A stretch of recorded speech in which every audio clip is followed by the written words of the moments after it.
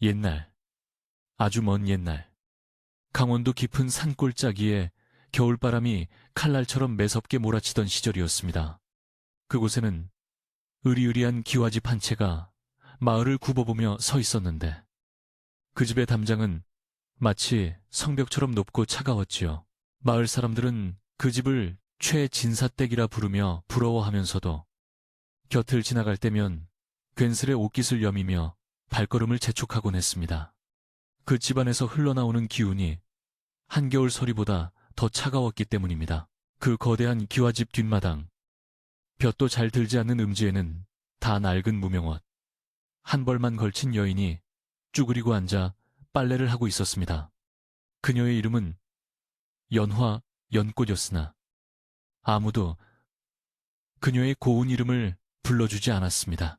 대신 사람들은 그녀를 벙어리 며느리 혹은 재수없는 년이라 불렀습니다. 연화는 태어날 때부터 소리를 낼 수 없는 운명을 타고났기에 억울한 일이 있어도 비명 한 번 지르지 못하고 속으로만 사겨야 했습니다. 얼음장 같은 개울물에 손을 담글 때마다 연화의 손등은 붉게 부르트고 터져 피가 맺혔습니다. 하지만 그녀는 호호 불어볼 새도 없이 빨래 방망이를 두드려야 했습니다. 탕, 탕, 탕. 그 소리는 마치 그녀의 가슴을 치는 소리 같았습니다. 안채 쪽 마루문이 거칠게 열리더니 날카로운 목소리가 마당을 찢을 듯 울려 퍼졌습니다. 이런 fem뺑이 같은 것 해가 중천인데 아직도 빨래 하나 못 끝내고 있느냐. 시어머니 최 씨였습니다. 최 씨는 마을에서 소문난 호랑이 시어머니였습니다. 그녀는 며느리가 말을 못한다는 이유 하나만으로 마치 짐승 부리듯 하며 온갖 도준이를 도맡아 시켰습니다. 사실 그녀가 연화를 미워하는 진짜 이유는 따로 있었습니다. 몰락한 양반 가문의 딸이었던 연화가 혼수로 가져온 것이라곤 낡은 바느지람 하나뿐이었기 때문입니다. 재물을 탐하던 최 씨에게 연화는 그저 밥이나 축내는 식충이로 보였을 뿐 사람으로 보이지 않았던 것입니다. 연화는 황급히 몸을 일으켜 허리를 굽혔습니다. 차가운 바람에 젖은 치맛자락이 다리에 휘감겨 살을 파고들었지만 그녀는 고개를 들 수 없었습니다. 최 씨의 매서운 눈초리가 채찍처럼 그녀의 온몸을 훑고 지나갔기 때문입니다. 놈, 꼴 좀 보게. 얼굴에 궁상 맞은 티가 줄줄 흐르는구나. 네가 우리 집안에 들어온 뒤로 되는 일이 하나도 없어. 최 씨는 혀를 차며 침을 뺀 백고는 다시 따뜻한 아랫목이 있는 방으로 외탄이 들어가 버렸습니다. 연화는 다시 주저앉아 빨래를 문질렀습니다. 눈물이 핑 돌았지만 울지 않았습니다. 대신 그녀는 시린 손끝으로 빨래의 물기를 짜내며 눈앞의 풍경을 응시했습니다. 그녀에게는 남들이 갖지 못한 특별한 재주가 하나 있었습니다. 그것은 세상의 모든 색과 모양을 그림처럼 기억하고 그것을 바늘 끝으로 흉내낼 수 있는 능력이었습니다. 그녀의 눈에는 잿빛, 하늘도, 앙상한 나뭇가지도, 흙탕물 튀는 마당도 저마다의 질감과 무늬를 가진 비단폭처럼 보였습니다. 어느 날 오후였습니다.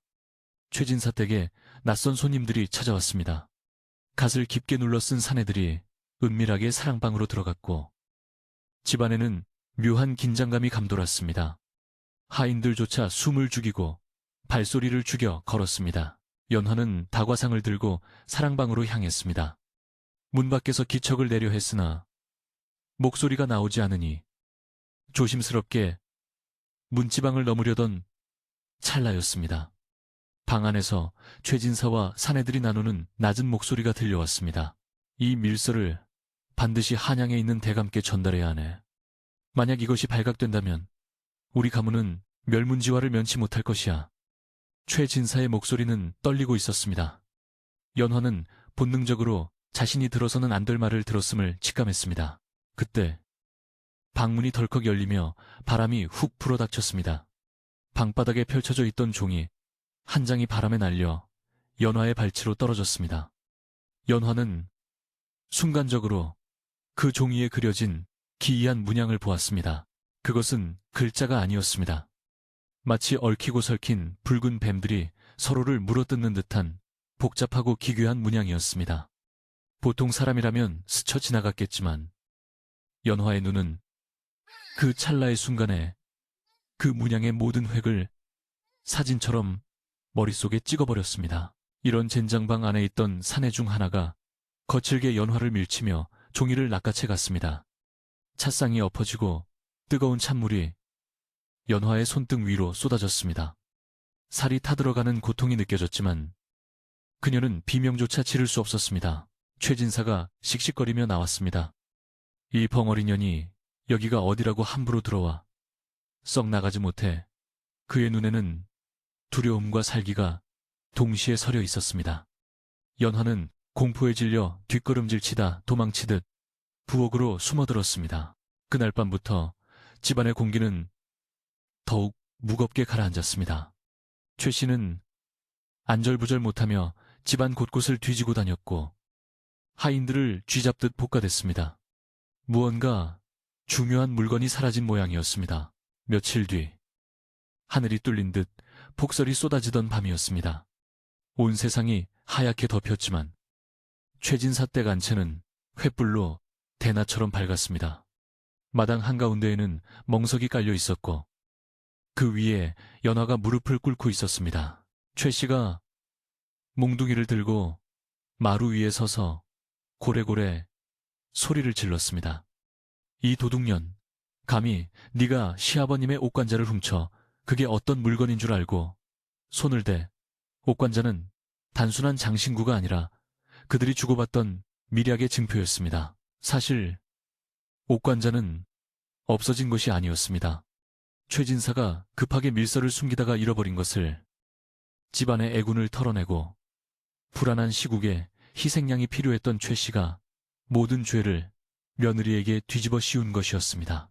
연화는 고개를 세차게 가로저었습니다. 아니에요. 저는 보지도 못했어요. 라고 외치고 싶었지만 입 밖으로 나오는 것은 하는 짐승 같은 신음뿐이었습니다.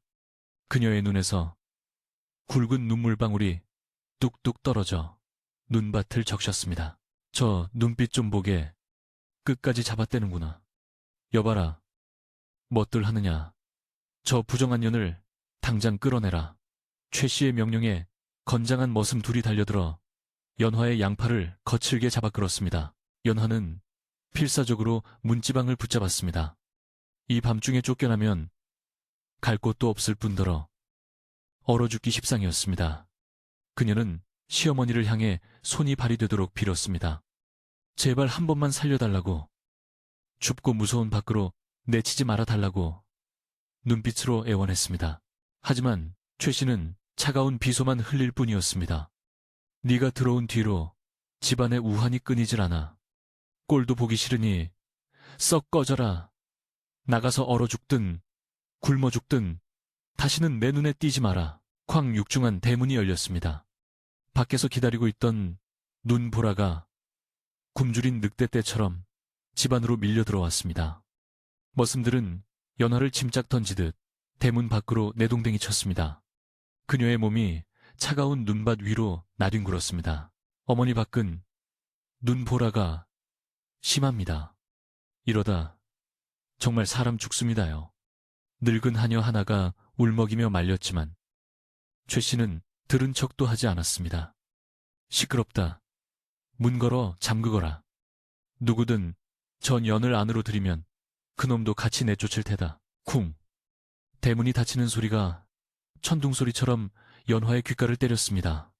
닫힌 문, 틈새로 흘러나오던 불빛마저 사라지자 연화의 세상은 완벽한 어둠과 추위 속에 잠겼습니다. 그녀는 얇은 저고리 하나만 걸친 채였습니다.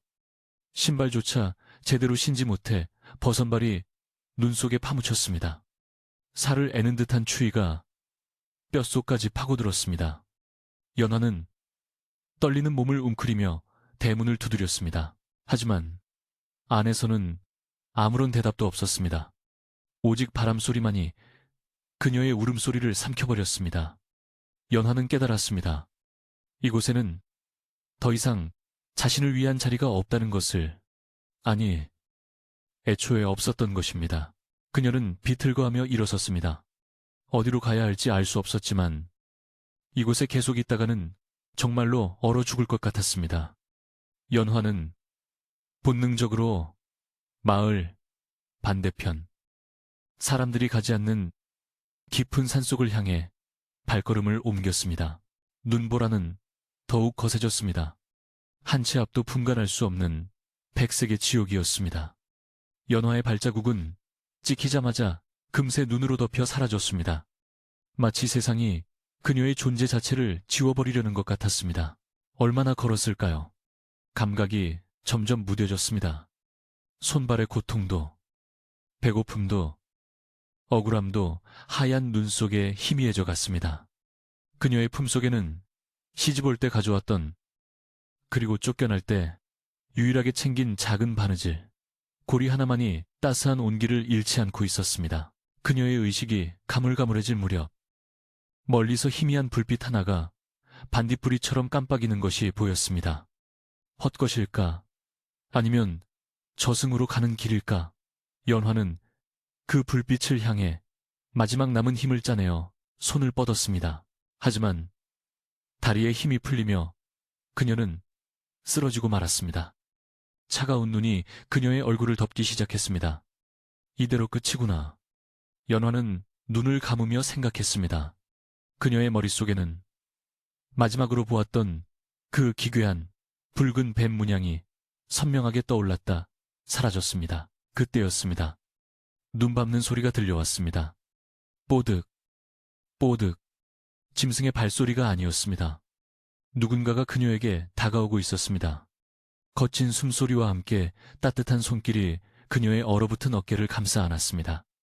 소요시간, 대략적인 읽는 시간 5분, 작성된 글자 수 약 2400자 공백 포함, 참고 2000단어 요건을 충족하기 위해 장면의 묘사와 심리 상태를 깊이 있게 다루었습니다.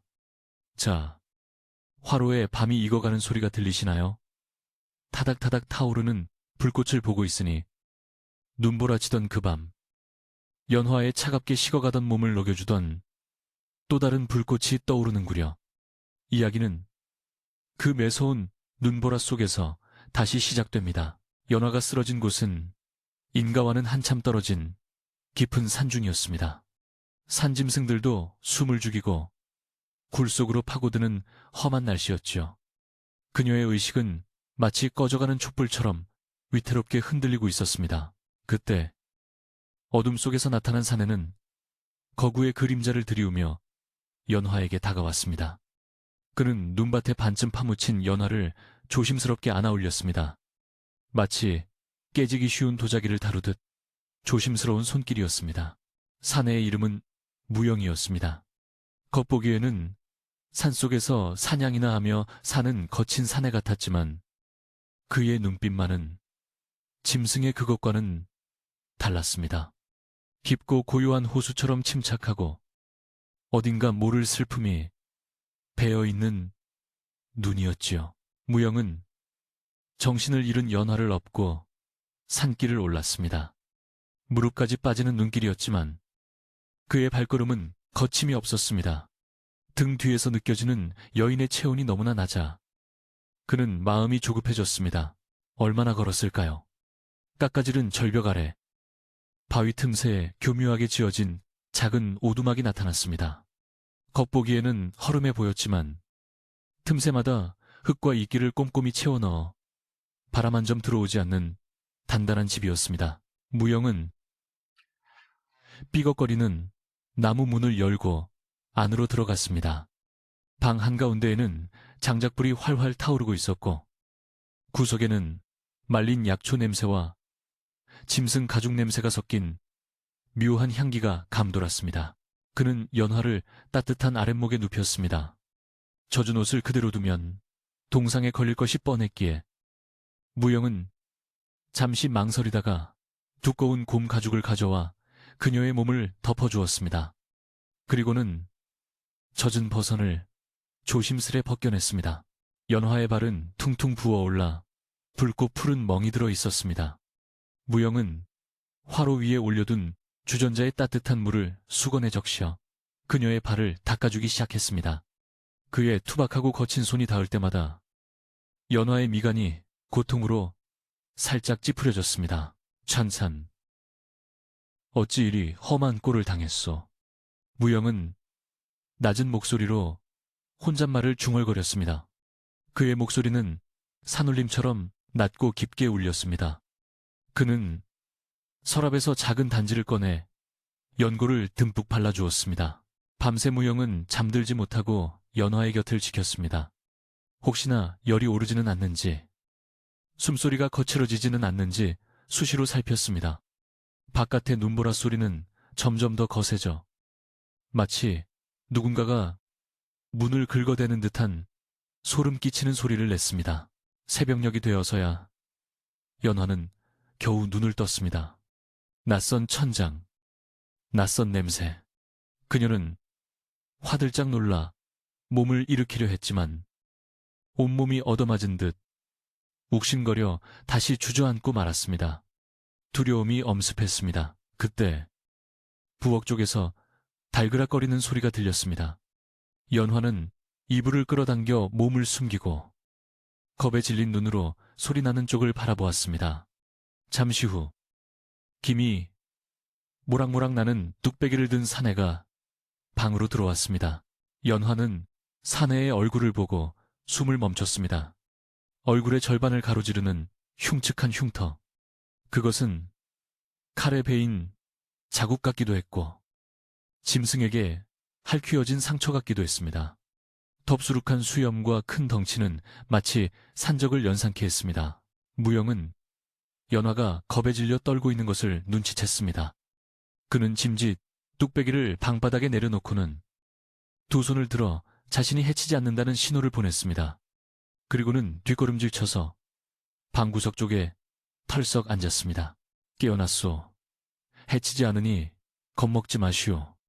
어젯밤 눈 속에 쓰러져 있는 것을 데려왔을 뿐이오.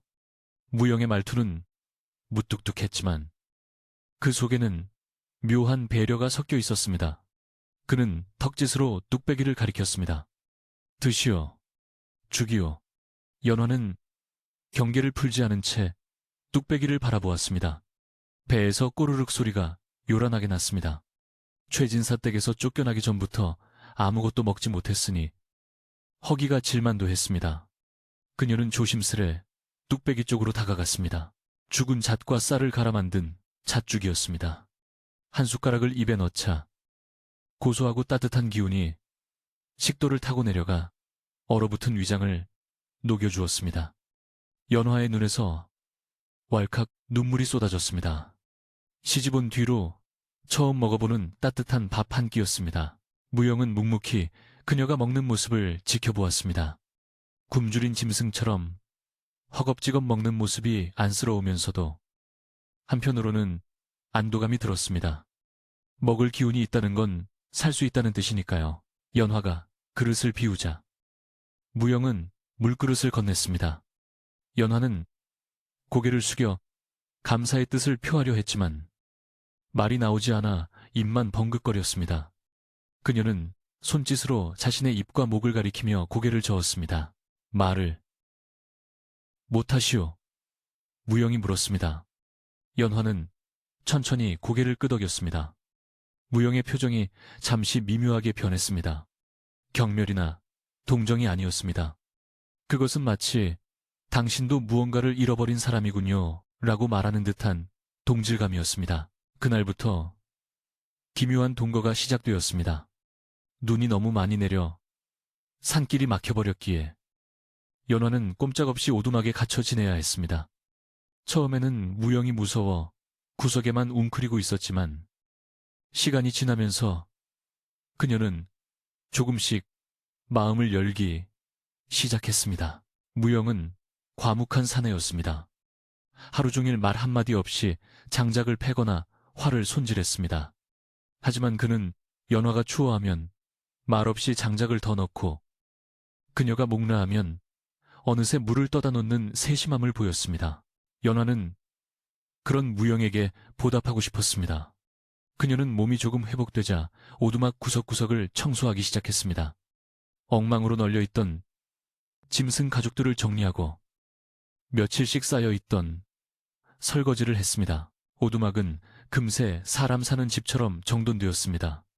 무영은 사냥을 마치고 돌아와 달라진 집안 풍경을 보고 짐짓 놀란 눈치였지만 별말 없이 헛기침만 두어 번 할 뿐이었습니다. 하지만 그의 입가에는 희미한 미소가 걸려 있었습니다. 어느 날 오후 무영이 사냥을 나간 사이 연화는 그의 옷가지를 정리하고 있었습니다. 그러다 벽에 걸린 무영의 무명옷 한 벌을 보게 되었습니다. 소매 끝이 낡아해지고 어깨 부분은 나뭇가지에 걸렸는지 찢어져 있었습니다. 연화는 품속에 간직해온 반제꼬리를 꺼냈습니다. 그녀에게는 남은 실과 바늘이 얼마 없었지만 이 은인을 위해 무언가 해주고 싶었습니다. 그녀는 찢어진 옷을 기워내기 시작했습니다. 단순히 구멍을 메우는 것이 아니었습니다. 연화는 찢어진 부분 위에 술을 놓기 시작했습니다. 하얀 실로 매화꽃을 순호화해진 부분을 감쪽같이 가리고 소매 끝에는 튼튼하게 박음질을 더해 문양을 넣었습니다. 그녀의 손끝에서 피어나는 매화는 살아있는 듯 생생했습니다. 삭막한 사내의 옷에 봄이 내려앉은 것 같았습니다. 연화는 술을 놓는 동안만큼은 자신의 처지도 벙어리라는 사실도 잊을 수 있었습니다. 오직 바늘 끝에 집중하는 그 시간이 그녀에게는 유일한 자유였습니다.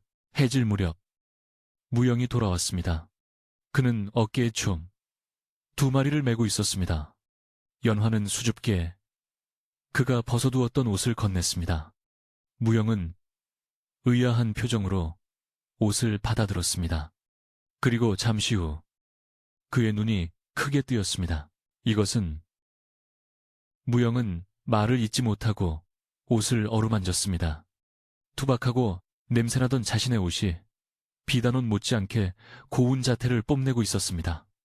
특히 어깨에 수놓아진 매화는 금방이라도 향기를 내뿜을 듯 섬세했습니다. 무영은 연화를 쳐다보았습니다. 그의 눈빛이 달라져 있었습니다. 단순히 불쌍한 여인을 보는 눈이 아니라 귀한 장인을 대하는 듯한 존경심이 서려 있었습니다. 당신의 솜씨가 보통이 아니군요. 이런 재주를 가지고 어찌... 연화는 얼굴을 붉히며 고개를 숙였습니다. 최진사 댁에서는 쓸데없는 짓이라며 구박만 받았던 재주였습니다. 누군가가 자신의 자수를 보고 이토록 감탄해주는 것은 난생 처음이었습니다. 가슴 한구석이 찌릿하게 저려왔습니다. 며칠 뒤 무영은 깊은 고민에 빠진 표정으로 낡은 서찰 한 장을 꺼내 들었습니다. 그는 호롱불 아래 앉아 한숨을 쉬며 찢어지고 얼룩진 종이를 들여다보고 있었습니다. 무언가 풀리지 않는 수수께끼가 있는 모양이었습니다. 연화는 조심스레 그에게 다가갔습니다. 차를 한 잔 내어주려던 참이었습니다. 무영은 인기척을 느끼고 황급히 서차를 숨기려 했지만 연화의 눈은 이미 그 종이를 스치고 지나간 뒤였습니다. 그 종이에는 며칠 전 최진사의 사랑방에서 보았던, 그리고 눈 속에 쓰러지기 직전 환영처럼 떠올랐던 바로 그 기괴한 문양의 일부가 그려져 있었습니다. 얽히고 설킨 붉은 뱀들의 문양. 하지만 종이가 찢어져 있어 절반밖에 보이지 않았습니다. 연화의 눈이 커졌습니다. 그녀는 무심코 무영의 팔을 잡았습니다. 무영은 깜짝 놀라 그녀를 쳐다보았습니다. 연화는 손가락으로 서찰을 가리키며 자신의 머리를 톡톡 두드렸습니다. 내가 알아요. 내가 기억해요. 라고 말하고 있었습니다. 무영은 의아해했습니다.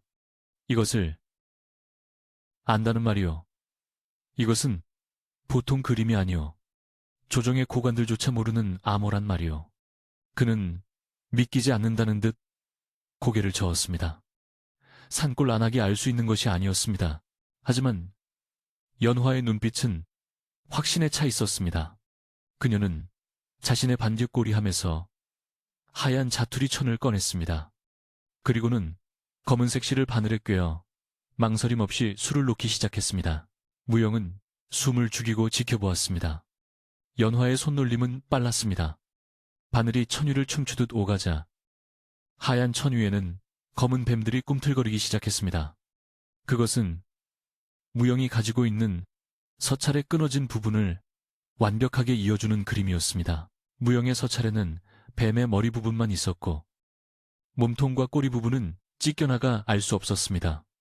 그런데 연화가 수놓은 그림은 그 뱀의 몸통이 어떻게 꼬여 있는지, 꼬리가 어디를 향하고 있는지를 정확하게 묘사하고 있었습니다. 무영은 떨리는 손으로 자신의 서찰과 연화의 자수를 맞대어 보았습니다. 딱 맞아떨어졌습니다. 하나의 완벽한 그림, 즉 완전한 암호가 완성된 것입니다. 전율이 그의 등골을 타고 흘렀습니다. 당신, 도대체 정체가 무엇이오? 이것을 어디서 보았소? 무영의 목소리가 흔들렸습니다. 그는 지금 자신의 눈앞에 있는 이 여인이 단순한 촌부가 아님을 직감했습니다. 아니, 하늘이 자신에게 내려준 열쇠임을 깨닫기 시작했습니다. 연화는 붓을 들어 바닥에 글을 쓸 수도, 말을 할 수도 없었습니다. 하지만 그녀는 손짓으로 산 너머 마을을 가리키고 기와집의 형상을 그렸습니다. 그리고 험상궂은 표정을 지으며 누군가를 흉내냈습니다. 최진사 댁을 말하는 것이었습니다. 무영의 눈빛이 날카롭게 빛났습니다. 최진사. 그자가 이것을 가지고 있었단 말이오. 연화는 고개를 끄덕였습니다. 무영은 주먹을 꽉 쥐었습니다. 그동안 심증만 있었지 물증이 없어 잡지 못했던 영모의 꼬리가 드디어 잡힌 것입니다. 그는 연화의 어깨를 감싸 쥐었습니다. 연화, 낭자, 당신은 나를 살렸소. 아니, 이 나라를 구할 수도 있겠소. 무영의 말에 연화는 어리둥절했지만 그의 눈에서 느껴지는 뜨거운 진심에 가슴이 벅차올랐습니다. 지금까지 연화는 세상에 필요 없는 존재, 버려진 존재라고만 생각했습니다. 하지만 이 사내는 그녀가 세상에서 가장 중요한 사람인 것처럼 바라보고 있었습니다. 그 밤, 오두막의 공기는 더 이상 차갑지 않았습니다. 두 사람 사이에는 말보다 더 깊은 신뢰의 끈이 이어지고 있었습니다. 그러나 평화는 오래가지 않았습니다. 봄이 오는 것을 시샘하듯 마지막 추위가 기승을 부리던 어느 날, 산 아래쪽에서 웅성거리는 소리가 들려왔습니다. 사냥개들이 짖는 소리와 함께 거친 사내들의 고함이 숲의 정적을 깼습니다. 이 잡듯이 뒤져라. 살려두면 우리 모두 죽은 목숨이다. 최진사 댁의 집사, 마름칠성이었습니다. 그들은 단순히 며느리를 쫓아낸 것으로 끝내지 않고 입막음을 위해 그녀를 찾아 나선 것입니다. 무영은 창문 틈으로 그들을 내려다보았습니다. 그의 눈매가 매섭게 변했습니다. 그는 벽에 걸어두었던 활을 잡았습니다. 그리고 두려움에 떨고 있는 연화를 돌아보며 짧고 단호하게 말했습니다. 걱정 마시오. 내 목숨을 걸고 당신을 지킬 것이니. 무영이 문을 열고 나서는 뒷모습은 더 이상 산속의 사냥꾼이 아니었습니다. 그는 마치 전장에 나가는 장군처럼 위엄이 넘쳤습니다. 연화는 떨리는 손으로 가슴을 움켜쥐었습니다. 그녀의 운명이 또다시 폭풍 속으로 휘말려 들어가고 있었습니다. 소요 시간, 대략적인 읽는 시간 5분, 작성된 글자 수 약 2200자, 공백 포함, 참고, 두 주인공의 감정 변화와 관계의 발전에 집중하여 이야기를 전개했습니다. 자, 화로에 장작 하나 더 넣고 이야기를 이어가 볼까요? 밖에서 들려오는 거친 고함은 평화롭던 산속의 정막을 단숨에 깨뜨렸습니다. 그것은 마치 굶주린 짐승들이 먹잇감을 노리고 으르렁거리는 소리와 같았습니다. 무영은 연화에게 눈짓으로 방 안 깊숙한 곳에 숨으라 일렀습니다. 그의 눈빛은 흔들림 없이 고요했지만 그 깊은 곳에서는 서슬퍼런 살기가 이글거리고 있었습니다.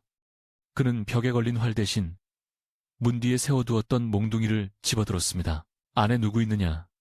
썩 나오지 않으면 불을 질러버리겠다. 칠성의 목소리가 쩌렁쩌렁 울렸습니다. 최진사 댁에 사냥개 노릇을 하는 그는 덩치만 믿고 기세등등하게 날뛰는 자였습니다. 무영이 문을 박차고 나갔습니다. 찬바람과 함께 그의 거구가 드러나자 칠성과 그 무리는 잠시 주춤했습니다. 짐승 가죽을 두르고 한쪽 얼굴에 흉터가 있는 무영의 모습은 마치 산신령이 노하여 현신한 듯한 위압감을 풍겼기 때문입니다. 남의 집 앞마당에서 무슨 행패냐? 무영의 목소리는 낮게 깔렸으나 그 울림은 천둥소리처럼 묵직했습니다. 칠성은 짐짓 헛기침을 하며 거드름을 피웠습니다. 우리는 도망친 종년 하나를 찾으러 왔다. 벙어리에다 비쩍 마른 계집인데 분명 이 근처로 도망쳤다는 걸 알고 있다. 순순히 내놓으면 목숨은 부지하게 해주마. 무영은 코웃음을 쳤습니다. 내 집에는 귀한 손님은 있어도 도망친 종년 따위는 없다. 썩 돌아가라. 그의 말에 칠성의 얼굴이 울그락불그락 달아올랐습니다. 이놈이 감히 여봐라. 저놈을 반쯤 죽여놓고 집안을 뒤져라. 칠성의 호령이 떨어지자마자 몽둥이와 낫을 든 하인 대여섯 명이 무영을 향해 달려들었습니다. 연화는 문틈으로 그 광경을 지켜보며 입을 틀어막았습니다. 공포로 온몸이 사시나무 떨듯 떨렸습니다. 하지만 이어지는 광경에 그녀는 눈을 의심해야 했습니다. 무영은 곰처럼 둔해 보이는 덩치와 달리 움직임은 제비처럼 날랬습니다. 달려드는 하인의 팔을 가볍게 비틀어 제압하고 뒤에서 내리치는 몽둥이를 고개만 까딱하여 피했습니다. 퍼거괴마디 비명과 함께 하인들이 낙엽처럼 눈밭에 나뒹굴었습니다. 무영은 살생을 피하려는 듯 급소는 피하고 있었지만 그의 손길이 스칠 때마다 뼈가 울리는 고통이 전해지는 듯 했습니다. 그는 단순한 사냥꾼이 아니었습니다. 무예를 정식으로 익힌 고수의 몸놀림이었습니다. 하지만 적의 수가 너무 많았습니다. 쓰러진 자들이 다시 일어나 덤벼들었고 칠성까지 가세하여 무영을 포위했습니다. 아무리 무영이라 해도 다수를 상대하며 연화가 있는 오두막까지 지키기는 연화는 더 이상 숨어 있을 수 없다고 생각했습니다.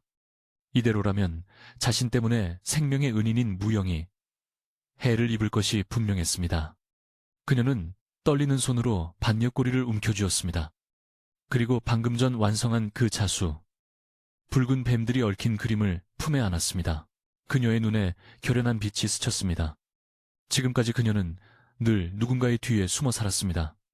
벙어리라는 이유로, 여자라는 이유로, 천하다는 이유로 그림자처럼 살아야 했습니다. 하지만 지금은 달랐습니다. 연화는 방문을 활짝 열고 밖으로 나갔습니다.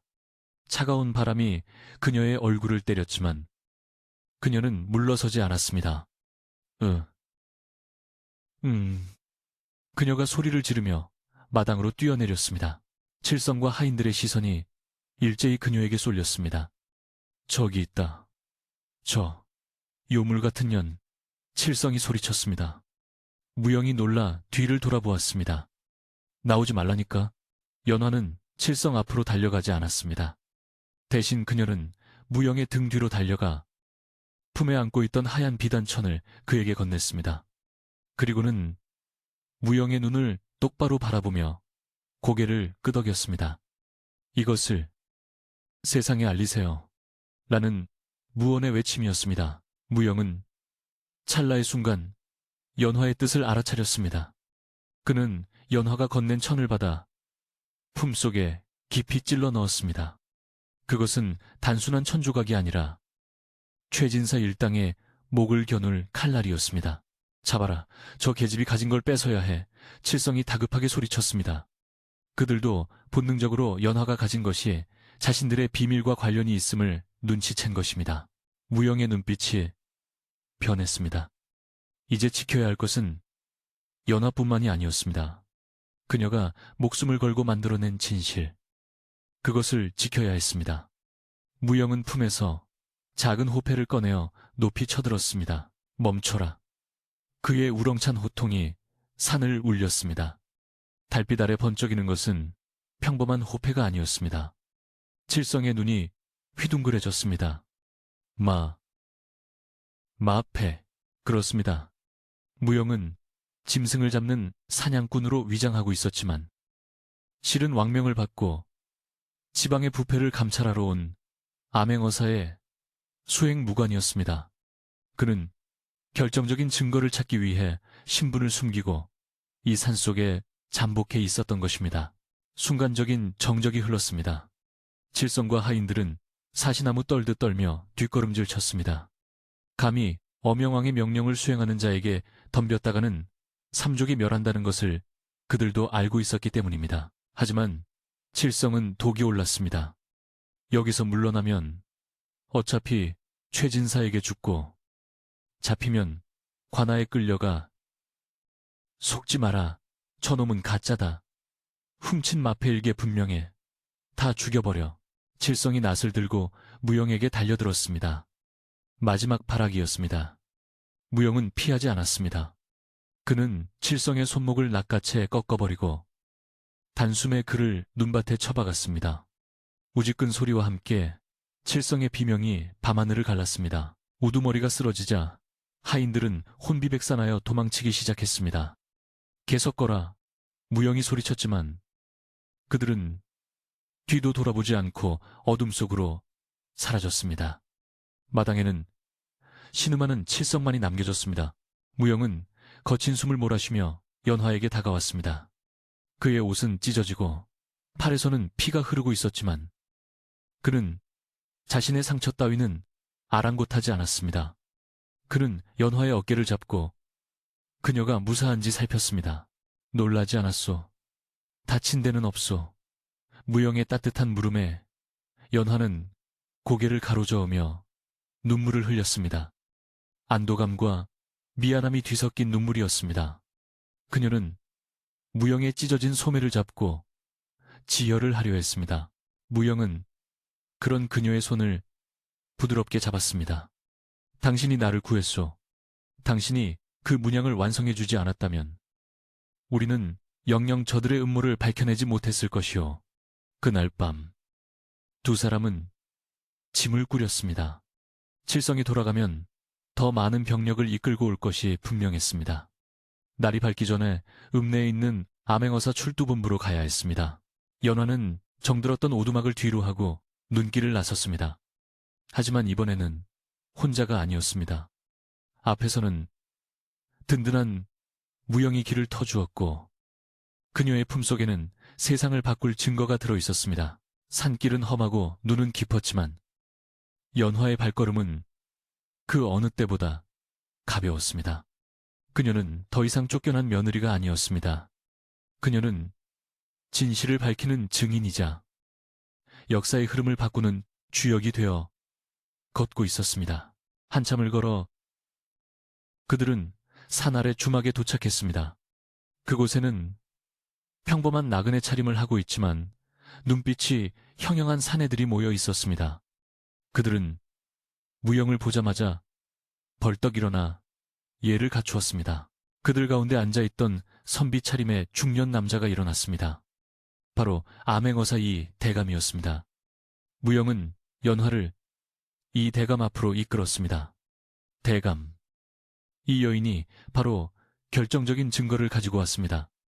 이 대감은 연화를 의아하게 바라보았습니다.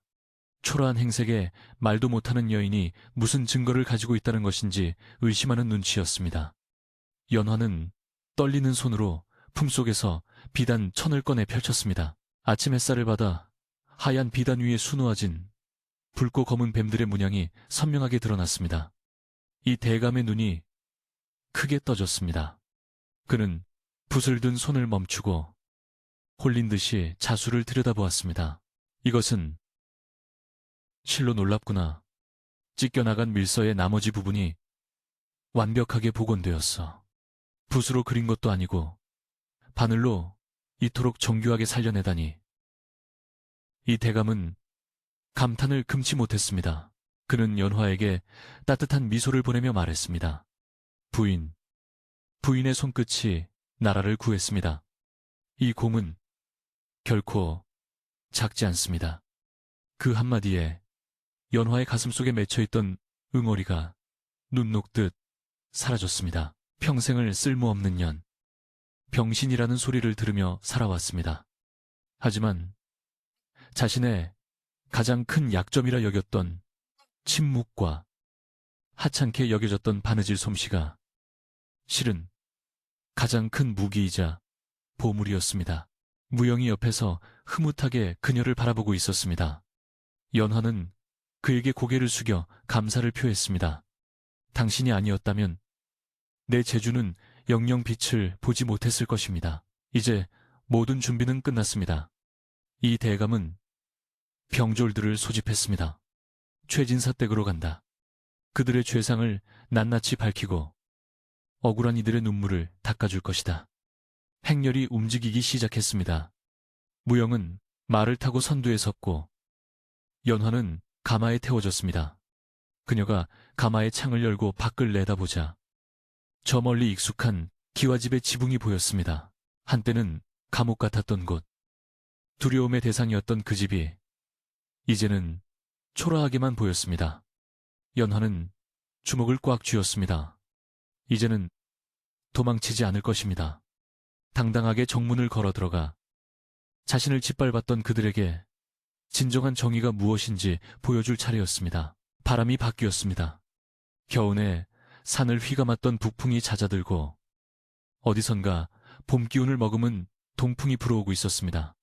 연화의 볼에 닿는 바람이 더 이상 차갑지 않았습니다. 그것은 다가올 승리의 예감처럼 부드럽고 따뜻했습니다. 소요 시간, 대략적인 읽는 시간 6분, 작성된 글자 수 약 2300자 공백 포함, 참고 무영의 액션과 연화의 내적 성장을 중심으로 전개하였으며 두 사람이 힘을 합쳐 위기를 극복하는 과정을 그렸습니다. 자, 이제 이야기의 끝자락이 보이는군요. 찻잔에 온기가 아직 남아있으니 마지막까지 천천히 귀 기울여 들어보시구려.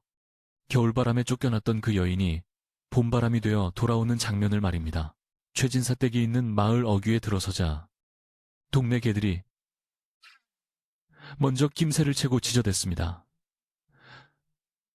하지만 이번에는 쫓겨나는 이를 향한 사나운 짖음이 아니라 위험 있는 행차를 알리는 소란스러움이었습니다. 암행어사, 이 대감의 행렬은 조용하면서도 거침이 없었습니다. 푸른 옷을 입은 포졸들이 몽둥이를 들고 전후방을 호위했고 그 가운데 말을 탄 무영과 가마를 탄 연화가 있었습니다. 마을 사람들은 밭일을 하다 말고 허리를 펴고 수군거렸습니다. 저게 무슨 난리인가? 관아에서 나온 분들 같은데. 그들의 눈은 휘둥그레졌고 호기심과 두려움이 섞인 눈빛으로 행렬을 쫓았습니다. 최진사 댁의 소술대문은 여전히 오만하게 닫혀 있었습니다. 안에서는 아무런 기척도 느껴지지 않았습니다. 아마도 그들은 폭풍전야의 고요 속에서 자신들의 죄가 영원히 눈 속에 파묻힐 것이라 믿고 있었겠지요. 무영이 말에서 내려 대문 앞으로 성큼성큼 걸어갔습니다. 예전에는 쫓겨난 여인을 업고 도망치듯 떠났던 그 자리였지만 지금 그의 발걸음은 바위처럼 묵직했습니다. 그는 숨을 깊게 들이마신 뒤 우렁차게 외쳤습니다. 암행어사, 출두야. 그 한마디는 마른 하늘의 날벼락처럼 마을 전체를 뒤흔들었습니다. 암행어사 출두야 뒤따르던 역졸들이 복창하며 육모방망이로 대문을 박살낼 기세로 두드렸습니다. 쿵쿵 굳게 닫혀있던 대문 빗장이 부서져 나가며 문이 활짝 열렸습니다. 앞마당은 순식간에 아수라장이 되었습니다. 빗자루질을 하던 하인들은 혼비백산하여 구석으로 숨었고 사랑방 문이 벌컥 열리며 최진사가 버선발로 튀어나왔습니다. 이게 무슨... 누구시오? 최진사의 얼굴은 사색이 되어 파랗게 질려 있었습니다. 그는 덜덜 떨리는 다리를 주체하지 못하고 마루 아래로 굴러 떨어질 뻔했습니다. 곧이어 안치에서 최 씨가 비명을 지르며 달려나왔습니다. 어느 안전이라고 함부로 행패냐. 내 놈들이 관아놈들이냐. 내가 누군지 알고 그녀는 상황 파악을 못한 채 평소의 기세대로 악을 썼습니다. 그때 포졸들이 좌우로 갈라지며 이 대감이 천천히 마당으로 들어섰습니다. 그의 손에는 연화가 수놓았던 그 비단 자수가 들려 있었습니다. 최진사는 그 자수를 보자마자 벼락 맞은 나무처럼 그 자리에 굳어버렸습니다. 최진사, 이 물건을 알아보겠느냐. 이 대감의 서리빨 같은 물음에 최진사는 털썩 주저앉았습니다. 그것이 어찌. 그의 입술이 파르르 떨렸습니다. 자신이 찢어버리고 불태웠다고 믿었던 밀서가, 그것도 완벽한 형태로 눈앞에 나타났기 때문입니다. 최 씨는 여전히 상황을 받아들이지 못하고 이게 다 무슨 모함입니까? 우리 집안을 시기하는 자들의 농간입니다. 그때 그녀의 시선이 무영의 뒤에 서 있는 한 여인에게 꽂혔습니다. 고운 비단 옷을 입고 머리를 단정하게 빗어 넘긴 여인. 얼굴은 다소 야위었으나 눈빛만은 맑고 깊은 그 여인. 바로 자신이 눈보라 속으로 내쫓았던 며느리 연화였습니다. 네, 내년이. 최 씨는 귀신을 본 듯 눈을 부릅떴습니다. 죽은 줄 알았던 년이 살아서 돌아와 네가 감히 시댁의 관군을 끌고 와. 그녀는 도끼를 품고 연화에게 달려들려 했습니다. 하지만 그녀의 손이 연화의 옷자락에 닿기도 전에 무영이 앞을 가로막았습니다. 무영은 칼을 뽑지 않았음에도 그의 기세만으로 최 씨를 압도했습니다. 물러나라. 이분은 이제 네가 함부로 할 수 있는 사람이 아니다. 무영의 차가운 일갈에 최 씨는 뒷걸음질 쳤습니다. 그녀는 연화를 노려보며 소리쳤습니다. 이 배은 망덕한 것, 거짓골을 면하게 해줬더니 은혜를 원수로 갚아 네가 훔쳐간 옥관자나 내놓아라. 이 대감이 혀를 차며 앞으로 나섰습니다. 아직도 죄를 뉘우치지 못하는구나. 내 며느리가 옥관자를 훔친 것이 아니라 내 남편이 영모의 자금을 댔다는 증거를 없애려다 잃어버린 것이 아니더냐. 그리고 이 대감은 연화를 가리켰습니다. 이 여인은 너희가 버린 쓰레기가 아니다. 이 여인의 손끝에서 나온 이 자수가 바로 너희의 추악한 영모를 밝히는 결정적인 열쇠가 되었다. 최 씨는 멍한 표정으로 연화와 자수를 번갈아 보았습니다. 평소 쓸데없는 짓거리, 천한 재주라고 비웃으며 구박했던 그 바느질 솜씨였습니다. 며느리의 유일한 위안이자 언어였던 그 재주가 결국 자신들의 목을 조르는 올가미가 되어 돌아온 것입니다. 연화는 조용히 최 씨를 응시했습니다. 그녀의 눈에는 증오보다는 깊은 연민이 서려 있었습니다. 탐욕에 눈이 멀어 사람을 사람으로 보지 못했던 시어머니의 말로가 얼마나 비참한지 그녀는 똑똑히 지켜보고 있었습니다. 여봐라. 죄인들을 포박하라. 이 대감의 명령이 떨어지자 포졸들이 최진사와 최 씨, 그리고 도망쳤다. 잡혀온 마름 칠성을 굴비 엮듯 묶어 무릎 꿇렸습니다. 최진사는 아이고, 대감, 한 번만 살려주십시오 하며 땅에 머리를 두었고, 최 씨는 내가 쫓아낸 게 아니다. 제 발로 나간 것이다 라며 끝까지 발악했습니다. 하지만 그 추한 목소리는 포졸들의 호통소리에 묻혀버렸습니다. 마을 사람들이 담장 너머로 이 광경을 지켜보고 있었습니다. 그들은 손가락질하며 수군거렸습니다. 천벌을 받은 게야. 벙어리 며느리가 산신령의 도움을 받았다더니 진짜였어. 연화는 묶여 끌려가는 시어머니와 눈이 마주쳤습니다. 최 씨의 눈동자는 공포와 후회로 흔들리고 있었습니다. 연화는 입을 열 수 없었지만 마음속으로 마지막 인사를 건넸습니다. 부디 그곳에서는 탐욕을 내려놓고 편안해지시길. 죄인들이 끌려가고 집안 수색이 시작되었습니다. 곳곳에서 은닉해둔 재물과 장부들이 쏟아져 나왔습니다. 화려했던 기와집은 순식간에 주인 잃은 폐가처럼 쓸쓸해졌습니다. 모든 상황이 정리되자 이 대감은 연화에게 다가왔습니다. 부인, 이 집과 재산의 일부는 부인에게 보상으로 주어질 것이요. 원한다면 이곳에서 다시 살아도 좋소. 연화는 천천히 고개를 가로저었습니다. 이곳은 그녀에게 지옥과도 같은 기억이 서린 곳이었습니다. 아무리 비단금침이 깔려있다 한들 차가운 냉기가 도는 이 집에서는 단 하루도 마음 편히 잘 수 없을 것 같았습니다. 그녀는 무영을 바라보았습니다. 무영은 말없이 그녀의 곁을 지키고 서 있었습니다. 투박하지만 따뜻한 그의 손, 거친 바람을 막아주던 넓은 등, 그녀가 진정으로 원하는 집은 기와집이 아니라 바로 그 사람 곁이었습니다. 연화는 손짓으로 산 쪽을 가리키며 바느질하는 시무를 했습니다. 그리고 두 손을 모아 무영의 손을 잡았습니다. 저는 이분과 함께 가서 제 손으로 밥을 짓고 옷을 지으며 살고 싶습니다. 라는 뜻이었습니다. 이 대감은 허허 웃으며 고개를 끄덕였습니다. 그렇군. 황금보다 귀한 것이 사람의 마음이지. 자네들의 앞날에 축복이 있기를 바라네. 무영은 이 대감에게 깊이 허리 숙여 인사했습니다. 그리고 연화의 손을 꼭 잡고 대문 밖으로 걸어 나왔습니다.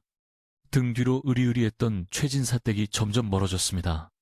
그들이 남기고 온 것은 과거의 아픔과 미련뿐이었습니다. 계절은 어느덧 겨울의 끝자락을 지나 봄의 문턱을 넘고 있었습니다. 산빛 아래는 잔설이 남아 있었지만 양지 바른 곳에는 노란 복수초가 수줍게 고개를 내밀고 있었습니다. 두 사람은 산 너머 물 맑고 공기 좋은 작은 마을에 자리를 잡았습니다. 무영은 나라에서 받은 포상금으로 작은 대장간을 열었습니다. 쇠를 두드리는 그의 망치 소리는 마을 사람들에게 부지런함의 상징이 되었습니다. 연화는 대장간 옆에 작은 수방수 놓는 방을 차렸습니다. 연화수방이라는 소박한 간판을 걸었죠. 그녀의 솜씨는 금세 소문이 퍼져 이웃 마을은 물론 한양에서도 비단을 들고 찾아오는 손님들이 줄을 이었습니다. 하지만 연화는 돈을 많이 준다고 해서 아무 일이나 맡지 않았습니다.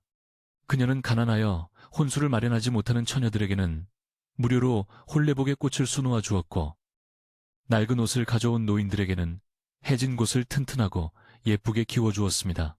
그녀는 여전히 말을 하지 못했습니다. 하지만 아무도 그녀를 벙어리라고 비하하지 않았습니다. 사람들은 그녀를 침선 바느질의 요정이라 부르며 존경했습니다. 그녀의 손끝에서 피어나는 꽃과 새들은 100마디 말보다 더 깊은 위로와 기쁨을 주었기 때문입니다. 어느 따스한 봄날 오후였습니다. 대장간의 망치 소리가 뚝 그치더니 무영이 땀을 닦으며 수방 쪽으로 건너왔습니다. 마루에는 연화가 불러온 배를 어루만지며 바느질을 하고 있었습니다. 연화의 무릎 위에는 아기 베넷저고리가 놓여 있었습니다. 하얀 무명천 위에는 한 쌍의 원앙이 다정하게 물살을 가르는 모습이 수놓아져 있었습니다. 원앙의 눈은 마치 살아있는 듯 반짝였습니다. 무영은 연화의 옆에 조심스레 앉았습니다. 험상궂은 흉터가 있는 그의 얼굴이 연화를 보자 순한 양처럼 풀어졌습니다. 그는 투박한 손으로 연화의 배 위에 손을 얹었습니다. 아가야, 잘 놀고 있느냐 아비다. 무영의 낮은 목소리에 뱃속의 아이가 대답이라도 하듯 하고 발길질을 했습니다. 두 사람은 서로를 마주보며 환하게 웃었습니다. 연화는 바늘을 잠시 내려놓고 무영의 손등 위에 자신의 손을 겹쳤습니다. 그녀는 행복했습니다. 으리으리한 기와집도 화려한 보석도 없었지만 지금 이 순간 그녀는 세상에서 가장 부유한 여인이었습니다. 창밖에는 살구꽃이 눈송이처럼 흩날리고 있었습니다. 지난 겨울 그녀를 죽일 듯이 몰아치던 눈보라는 이제 온데간데 없고 그 자리에는 생명을 키우는 따스한 꽃비가 내리고 있었습니다.